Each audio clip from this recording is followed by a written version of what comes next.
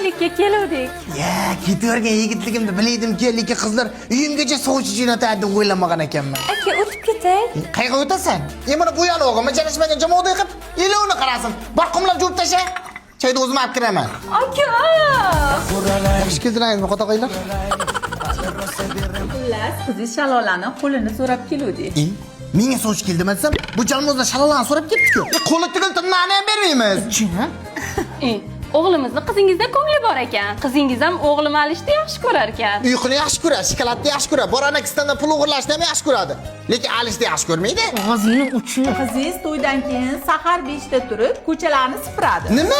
Singlimiz kasal bo'lib qolmasin deb o'zimiz yaqtay suvni chaynab berib o'tiramiz. Sizlar ko'chalarni supurish kerakmi? Yana nima qilish kerak? Xirmon kirlarni qo'lda yuvish kerak. 48 xil ovqat qilishni bilish kerak. Ko'rgaklar yerimiz bor, agar atdan polni qilish kerak.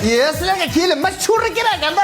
Singlimni tushimda kavagida saqlaganim uchun 20 yilda bir tushimda pulomma qildirmayman. Kasal bo'lganda doktorga borib ukol olish kerak bo'lsa, joni og'rimasin deb borib ukolni doktorga qilib kelamiz. Mana masalan kirmoshda yursa bo'lmaymi? 20 birinchi asr hozir. Qo'lda yuvsa toza bo'ladi-da. Ha, yo'q-ey.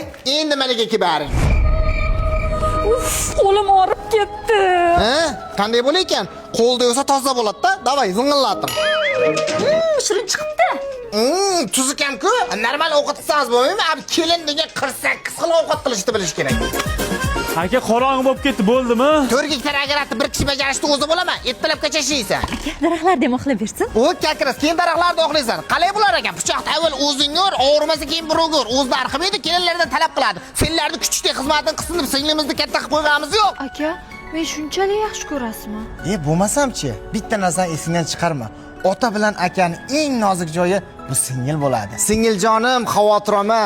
Akang tirik ekan, seni hech kimga xafa qildirib qo'ymayman. Oppoq ko'ngil oqushginam, yuzi nurli quyoshginam.